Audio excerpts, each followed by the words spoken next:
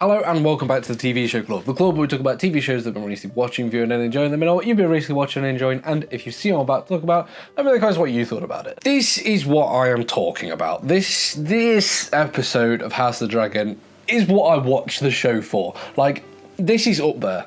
Episode 4, Season 2 of House of the Dragon is up there with the peak episodes of Game of Thrones, in my opinion. Is it the top? No, but it's at least in the top 10. Like, what I love as well about this episode, and we'll get into just the nitty-gritties in a little bit as well, but what I love about this episode is that it wasn't just the battle. The battle is a massive pinnacle point in the story. This is probably going to be the point that tips Rhaenyra over the scales, that makes her realise she needs to be ruthless in this war. It is a pinnacle point. For every character in the story, this is a pinnacle point. For Aegon, especially, obviously, this is a pinnacle point. For both sides of the war, this fight and this battle means a lot.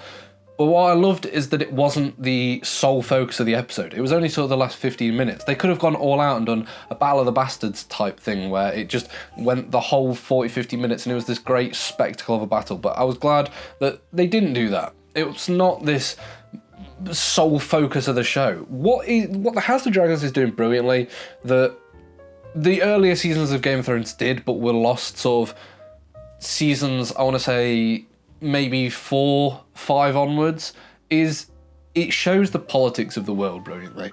It shows the actual struggle and fight for the crown that is done fighting at a table. Like, it's not just all battles and dragons. And the House of Dragons could have really easily gone down a path of just being battles and dragons, because that is essentially what the story is about, the battles of the dragons. But like, the fact that they so deeply delve into the politics, into the ground level politics, like, this is something that early seasons of Game of Thrones did, but it was lost.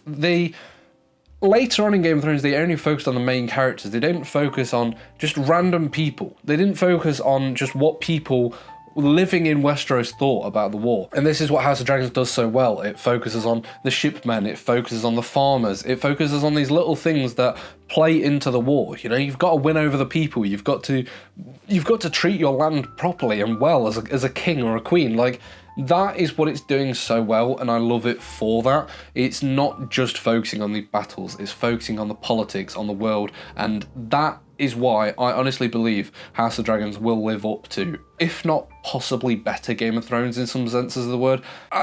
Would the story be as grandiose as Game of Thrones? Probably not, but as a sort of spectacle as a whole, like, just taking this episode and the whole season 2 of House of Dragons into account, like, the acting has been beyond stellar. Like, there are some performances in this that are fantastic. Aegon's acting has just been unbelievable. Otto Hightower's acting, that deserves an Emmy in itself. Like, that is incredible. Rhaenyra's acting, like, the warmth that they bring into this character, and it's just so soft and smooth, and it's almost like she doesn't want to go to war, but she has to go to war. It's like, it's forcing her own hand, and she'll do anything to stop it, but she has to do it. Like, the acting in this show is brilliant, and the writing of this show is fantastic, and it just combines and comes together to have built this absolutely brilliant show. I can't wait for the rest of the season. I can't wait to see where it goes. I can't wait to see where the rest of the show goes. I think they're on about doing like 4 seasons or something, but